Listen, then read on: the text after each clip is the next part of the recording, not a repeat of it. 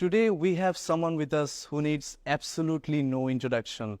The man, the myth, the absolute legend himself, Emiliano Martinez, who not only helped Messi win the World Cup, complete his dream, but single-handedly contributed in the most crucial games to win the World Cup for Argentina after 36 long years. I'm proud to present to you Mr. Emiliano Martinez, or Dibu Martinez, should I say, or should I say the Bachpaki of Bangladesh. Welcome, welcome, Emi, to Next Ventures to Fund and Next. Thank you very much. How are you feeling today? That was great. So that was a long trip from Argentina. It's good to see a lot of people, and I know you've been supporting all through the World Cup, and to be fair, it's a pleasure to be here. The feeling is absolutely likewise. So, Emi, it's an absolute honor to host you here at Next Ventures and Fund and Next. And the agenda for this sitting today is to pick your brain on how you do the magical things that you do in the field. How do you prepare yourself as a champion athlete? What goes inside your mind? How do you tackle those situations like no other goalkeeper ever in the history of football ever, in my personal opinion? And at the same time, we'd really love to hear from you what your thoughts are about Bangladesh in particular, because so many millions of people love you and adore you. So I'd just like to start by asking you this question. When did you first learn about Bangladesh? And what was your first reaction when you got to know that there is this kind of craze in Bangladesh about you and the Argentine team? Well, actually, it was just after the Copa America, when I really see about this country. I knew Bangladesh before, but I didn't know the craziness they got about Argentina. And then, we won the Copa America, and I saw the marketing people on my social media saying that he got more followers is in Bangladesh. So it's like, wow, I didn't know that. I started actually searching about Bangladesh. Yeah. And after all I seen in the World Cup, it was just crazy. I saw the people walking on the street with flags. Each Absolutely.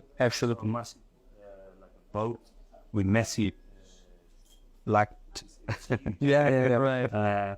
So I actually thought, oh my God, it's actually in Argentina, and he's for us. It was really kind. It's a touch in the heart.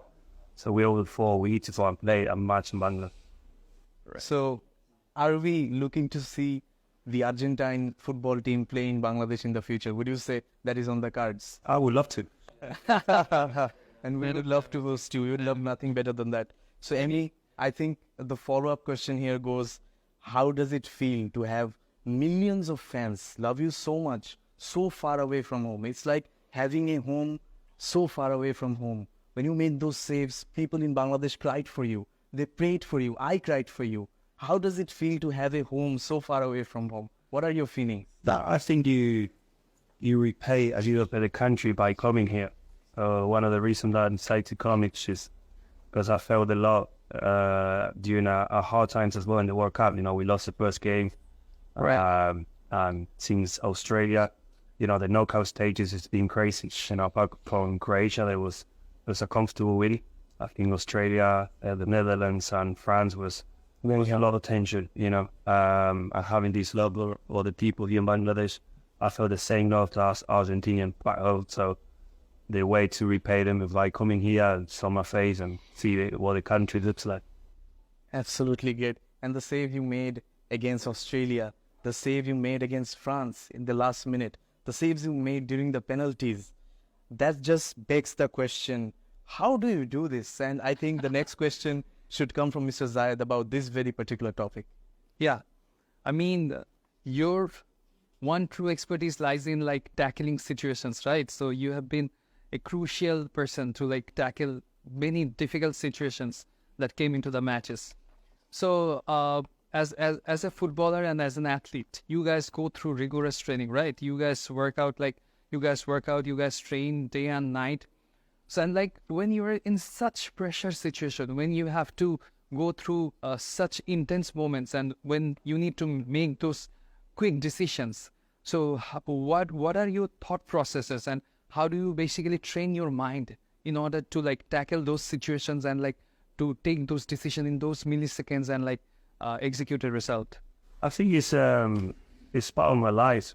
I left my home at the age of 12, trying to be a professional footballer and help my family to survive, to have a good life. And then once I left Argentina at the age of 16, 17, it was just for my family to help them survive and have a better life. Right. And then over the years, I've always been obsessed for becoming a better person and a player. And the obsession and the passion that I got, I don't think many have. I think many goalkeepers are probably more talented than me. But Right. the passion and the work I do, and I never blame anyone. I always blame myself, and that's the best way to improve as a professional. But I always try to keep my feet on the ground. I won the World Cup. I went home. I went straight to Aston Villa. We qualified in Europe after 16, 17 years. Right. And that's me. I never relax. Even though I'm on holidays, I came here to Bangladesh. Many hours traveling to see the people, to repay what they gave us. And that's me. Once I'm in a comfort zone, then I put my gloves away and then I retire. Always keep it. So the best is yet to come for me. We never want you to retire from the Argentina national team. You can never retire. Absolutely, your hard work. The thing that you mentioned, it's absolutely proven because like Amy took a 38 hours like long flights and layover in order to be here with us today. So it just says about the perseverance, the commitment that The strength of the if mind. you commit to something, you are determined to fulfill it, no matter how you will do it. So for that, I think he deserves a clap, right?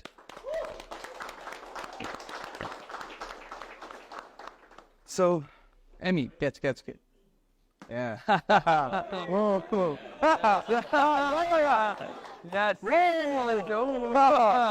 Wow. Wow. Bangladesh to show it. Yeah, that's the deal. Yeah, this is what won the World Cup. This very like. Sadly, I have a really great feeling for you and for your team. A great winning, and I'm a big fan of Argentine football since I was 6 years old. So from 1986, I'm a big fan, and I was present at the final match, and that was one of my greatest moments in my life to see that my favorite team is winning and lifting the World Cup. It was a really great moment. So you were actually sharing that you left your house at the age of 12 to fulfill your dream to become a successful footballer. So I know that Zayed also started his IT career at the age of 13. Yeah. So you have actually made an example in front of the youth, in front of the future footballers. And Zayed, he has set an example for the future IT entrepreneurs. So you went through ups and downs, so many experiences and life learning you have learned from your career. So would you please share some of your experiences or take away what would be really encouraging for your millions of fans? Well, that's actually really good as well for me. And now, obviously, like I said, when you leave such a young age, I always put target on myself. When I left my home at the age of 12 to Buenos Aires, it was to try to become a professional player, to play for Independiente for my first lap back home. And then, obviously, when you see family struggling, then you had an offer from an English state. So I left at the age of 16, 17 to help my family financially. So it's like I always put myself targets, green targets. And the season starts, and then let's say I sign a new contract. And then the season starts, I try to become a better goalkeeper than what I was last year. Wow. Sign a new deal. Yeah. Relax myself out. I see my family say, no. I put myself in my numbers are very, and this season I achieved every single one that I put in my notes, and that's why I try to tell all the kids, in Argentina, it's a lot of kids crying, on the street, they hug me, and when I won the FIFA Best Award, I think the best examples at home, see mom and dad working, and the family members working hours and hours. That's actually what you look up to. I never had a superhero goalkeeper. I said, I want to be like him. It's good that the kids they idolize someone like in Argentina today. All the kids want to be a goalkeeper because Now millions have their hero. they Now millions have their hero. so I've never seen Argentina winning the World Cup since I was born. So I never felt that. So the first time I seen it is when I came back from the World Cup and I saw everyone lying on the street and crying, and like I was like, wow, that crowd, it meant so much to this country, because I never experienced it before, only as a professional. But all my life I've been looking up to my mom and dad and my brother, so that's what they carry me. And even today, I have to look up to them. So that's why I would always keep improving. So that's amazing. You are a great footballer and so great human being in my consideration, and all of our millions of your fans, they consider you as a great human being. So two great learnings from your experiences, like one is compete with yourself and try to make you as a role model for others. So these two things I know. Help. It's not like I was, let's say, okay, I'm going to put my target, I'm going to reach. I do extra hours, I have yoga, do Pilates, I eat well, I make sure I don't get injured. I do I go down psychology. Right. I invest a lot of money in myself to make sure I play every weekend at the highest level. Wow. Reaching that, I know that helped my family and I help myself. At the end of the day, you do it. I love it, so it's my passion, And let's say when I play with the national team, I said I want to play every single game. I don't care if it's EU needs that. Right. Millions will keep watching you. They look up to you. So I always try to deliver for everyone. So, Emi, if we arrange a football match between Bangladesh versus Argentina, do you think that is on the cards? That can happen? That can happen. I think you need to ask Chiqui Tapia, the president. Yeah. I'll reach out to Santiago. Request Emi to play in favor of Bangladesh. That'd be really good. Emi, you were mentioning about your psychology. That is one very important question because that's such a big part of your personality. You've talked about your psychology training for years. Shed some light on that part. How do you train your psychology? I started at the age of 24 when I had a really bad loan spell in Getafe. I was also fighting with the world. I was fighting with my agents, with my family. I was upset with everyone.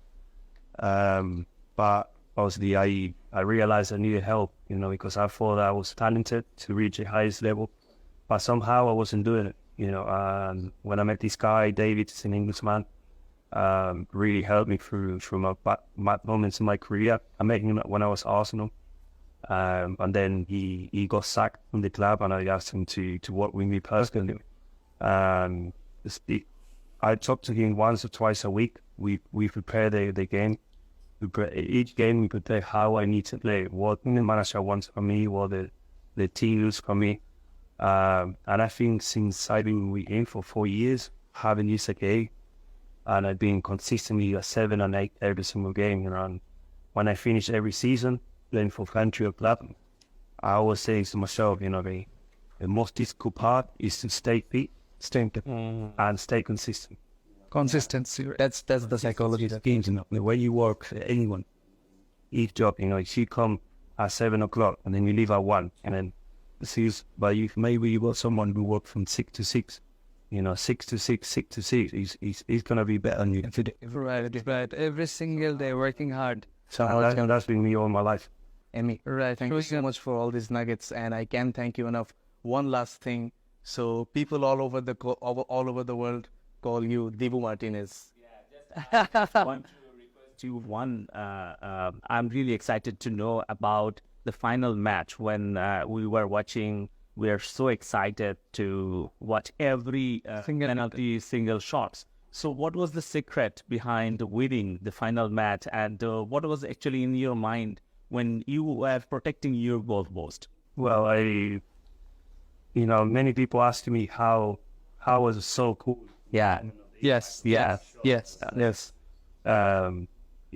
Otamendi missed the the clearance, it was just bouncing in front of me, like from here to the camera or very close. And I remember keeping my cool to show him that house was open, you know, and the impact when you put the head down is that when I made myself super big, you know, if you see my face less than so normally, You're super big. then there's like, please hit my nose. And then when it comes to energy shootout, it was my moment. You know, since I was a kid, I was fancy, you know, I was fancy myself, and I've not France against Argentina, but not, I don't know, 45 billion people watching. It's me against Lloris. Right. And at the moment of for fire is, you're not gonna beat me. That's my side. You can at least It's 1v1. it's one run. My feeling was like you will never beat me. Yeah. And I always say to my friends that 1 or 2 I get, you know, 1 or 2 I get. Yeah, you've always said that 1 or 2 I'll save. Absolutely. In a game, they can shoot 4 times, they can score 4. Yeah. You'll save 1 or 2. True, save exactly. You know, that's how it goes up in shootout. Emmy. So now today the world sees you for the person that you are, for the things that you have accomplished today, right? But as you said, your journey, when you left your home at 12 years old, so at that time, it was not like that, right? You had your own struggles, you had your own failures, and I'm sure you had a lot of failures. Definitely you had your hard work, you had your consistency, you had your persistency, so you had everything, right? But apart from that, I'm sure you had your fair share of failures. So there are a lot of people out there who are like at this stage of their life right now, right? That struggling phase, that phase where they face a lot of failures. So for those people out there, what would be your message? Guys, you know, and I always say that we, you know, with my brother said when I left England there, he said a phrase I always, you know, I had in my back that passion takes you to glory. Passion takes you to glory. That's when I always put in my gym or every time I go and play before the final. I was said like when I walk into the stadium in the final, I said the passion Takes you to glory. That walk out, it was my glory, you know. Even though I didn't know the result, for me that was glory. Reaching a workout final was, you know, the highest ever possible football match I will ever play in my life, because it was my first final. If I play another final, it won't be the same, you know. And for the people, it's the same. I came from a poor background, and sometimes eating white rice, sometimes you know. And I'm proud of being that person. I'm getting out of that days and reaching the highest possible level in football is that's why I come to places like this that they're not always luxury. It's not always for me. This is home. Like rough. Right. And everyone can make it. Anyone in life can make it. If you really, but if you have that passion, it's kind of. Let's see, if you have nothing, if you have passion for something, you can do it. Right. But if you don't have passion and commitment, Passion takes you to glory. I'll steal that from your brother and from you. I don't drink, I don't smoke. I left nightclubs for training. My trade-off, I used to trade. So you have to leave a lot of stuff out to make sure you make it. The sacrifices for the consistency. Absolutely. Amazing stuff. Amazing. Follow back, Faki.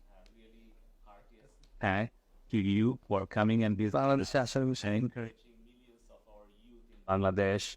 And I would like to also share that our father of the nation, Bangabandhu Sheikh Mujibur Rahman, he used to play football at his early age when he was student. And our Honorable Prime Minister Sheikh Hasina, she is great fan of football. He's a football lover. Yeah. And just the last thing, you know that Zayed and Galil, actually, these two brothers have fulfilled our dream to welcome you in Bangladesh, thanks to Next Venture and also Funded Next for hosting you and inviting you to come in Bangladesh. So last thing, I just want to ask you that we know that they call you Bibu Martinez, and you really deserve that. People like kids that really love you and they like you. in Bangladesh, we call you Baj Paki. Baj Paki. So Baj Paki means in English eagle. So you have that sight and vision of eagle, and you hunt football like eagle, and also you appears like eagle in front of your goalpost. On my social media, when Yeah, the eagle, yeah, the images. So I'm really excited to know about your feeling on this unique name. What is your feeling about it? Baj Paki. I think you told me. Yeah. Like, well, actually, I like Let's like. our goalkeeper's always unique. Yeah. I always had a lot of nicknames. I think I went to China and they call me somewhere else. Like they say that they remind me like a Teletubby. Like, wow, isn't that coming here? The people feel some back to she is Baj Paki. like an eagle is. It's good to know. Yeah. So now everyone I see now on social media like an eagle. Now we know why. You know why? Can you just repeat all these words like This is Emmy Martinez. Emmy Martinez? I'm the Baj Paki. I'm the Baj Paki of Bangladesh. This is Emmy Martinez and I'm the backtracky of Bangladesh. Yeah. Okay.